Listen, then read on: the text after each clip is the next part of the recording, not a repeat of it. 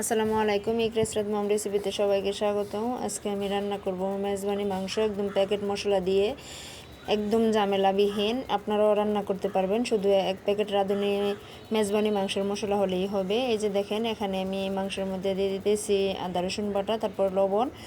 আর এই রাঁধুনি মেজবানি মশলা কিন্তু আদা রসুনও থাকে, দেওয়া লাগে না, কিন্তু আমি একটু দিতেছি, অল্প করেই দিতেছি। আর এখন দিয়ে দিলাম আস্ত মশলাগুলা। আস্ত মশলার মধ্যে আছে এলাচ, দারুচিনি, লবঙ্গ, তেজপাতা।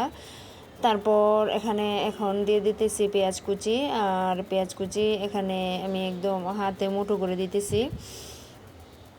তারপর দিয়ে দিব টক দই। এখানে টক দইটা দিলে কিন্তু তরকারিটা খেতে খুবই ভালো লাগে।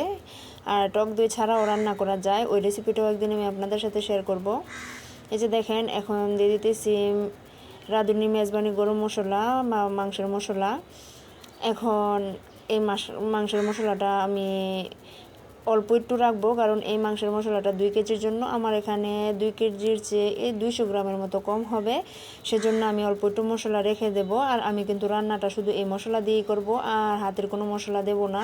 আর এই রান্নাটা কিন্তু খুব চটজলদি, একদম ঝামেলাবিহীন রান্নাটা করা যায়। এখন দিয়ে দিতেছি সরিষার তেল। সরিষার তেল দিয়ে ভালো করে মেখে নেব। ভালো করে মেখে তারপর আমি চুলাতে বসিয়ে দেব, আর বাগারটা পরে দেব। আর এই রান্নাটা কিন্তু আমার বড় কলিজার টুকরা করতেছে, আমার বড় মেয়ে। আর ওই দিন ছোটোটা রান্না করেছিল, আপনাদের সাথে হালকা একটা শর্ট ভিডিও শেয়ার করেছিলাম, ওই রেসিপিটাও একদিন শেয়ার করবো ইনশাল্লাহ। আর ওরা মাংস রান্না করতে গেলে খুবই শখ করে মাংসটা রান্না করার জন্য, সেজন্য আমি কাছে বসে ওদেরকে বলে দিই। আর ওরা আমার বলা মতোই একদম রান্নাটা করে আর খুব শখ করে যায়, সেজন্য আমি না করি না।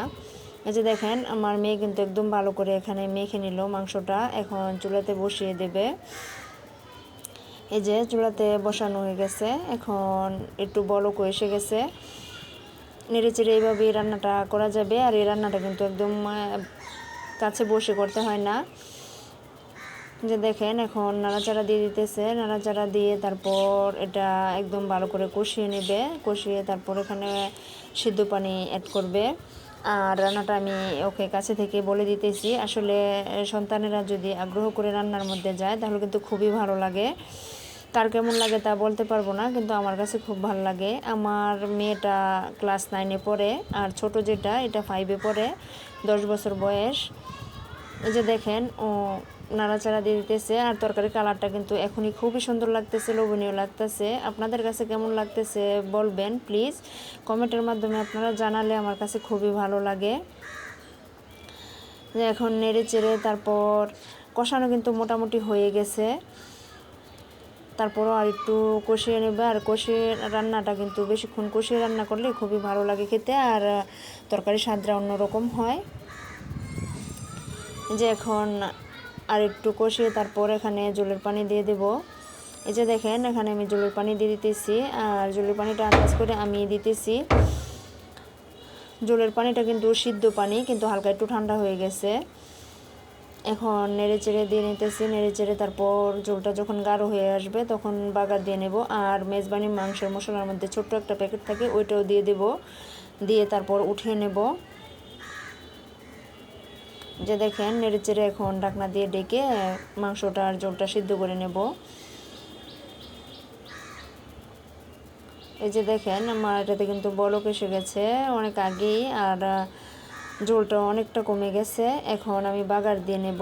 আর আমি রাতে পেঁয়াজগুলা পলি করে একদম নর্মাল ফ্রিজে না রেখে ডিপ ফ্রিজে রেখে দিয়েছি, আমার হয়তো ভুলে গেছি, সেজন্য এই পেঁয়াজ থেকে একটু পানি বের হয়েছে। আর আমার ফ্রাই প্যানটা একদম কালো হয়ে গেছে, সেজন্য আমি দুঃখিত, আসলে কেউ খারাপ মনে করে নেবেন না।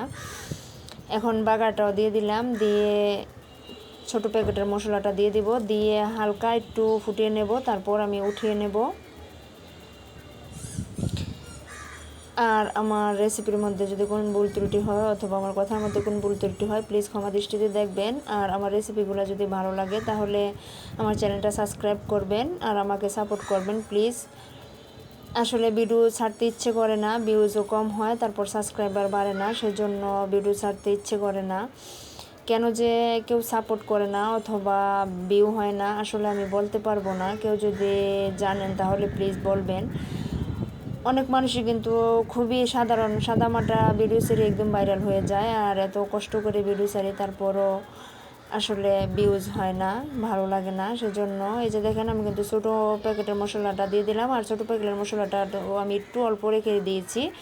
এখন একটু ফুটিয়েও নিয়েছিলাম আর উঠিয়ে নিয়েছি। দেখেন তরকারিটা কেমন হয়েছে, আর খেতে কিন্তু খুবই অসাধারণ হয়েছে তরকারিটা।